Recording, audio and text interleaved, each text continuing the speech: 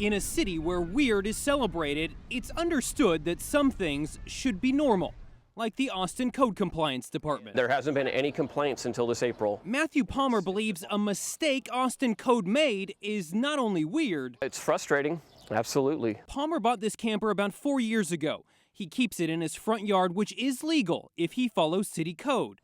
When a neighbor filed a complaint, I went ahead and built the fence. His first fence building attempt to screen the camper from public view came up short. They came by, they said that wasn't going to fly. Okay, I'd gone to right here. He made changes after a couple meetings with a code compliance officer and a supervisor. They just wanted me to build a panel on the back side of the trailer and then a panel closing up the gap. And you did that? Here, I did. $750 later, case closed. It says so right here on the city paperwork. But months later, another complaint brought a new code compliance officer with more changes. He told me that this fence wasn't acceptable. And I said, well, it's been accepted by a supervisor. And he said, well, that person's not my supervisor. That was a mistake a year ago. KITV took Palmer's concerns to the director of the Code Compliance Department, Carl Smart. The notice of the violation was issued based on his interpretation of the code.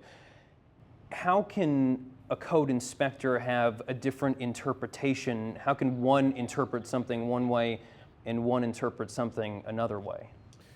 Unfortunately, it does happen sometimes. Looking at the code with two different sets of eyes, that can happen. Smart admits his officers need to enforce the code consistently.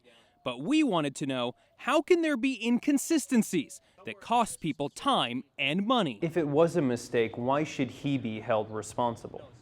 As property owner, he's still responsible for what happens on his property. In an email, Austin City Council member Chris Riley wrote, in part, Austinites ought to be able to rely on the directions of code officers, and the city needs to do better at ensuring that mistakes like this don't happen. We're working now on putting together a retraining for our inspectors to make sure that we've got good, consistent enforcement of this type of issue across the city. Until then, they came and hammered a stake out where you're standing, posting that I was in violation and giving me 7 days to be in compliance. Or what?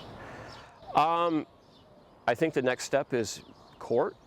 At the moment, Palmer is left with either fixing the fence, requesting a variance through the city's Board of Adjustment, or taking the matter to court.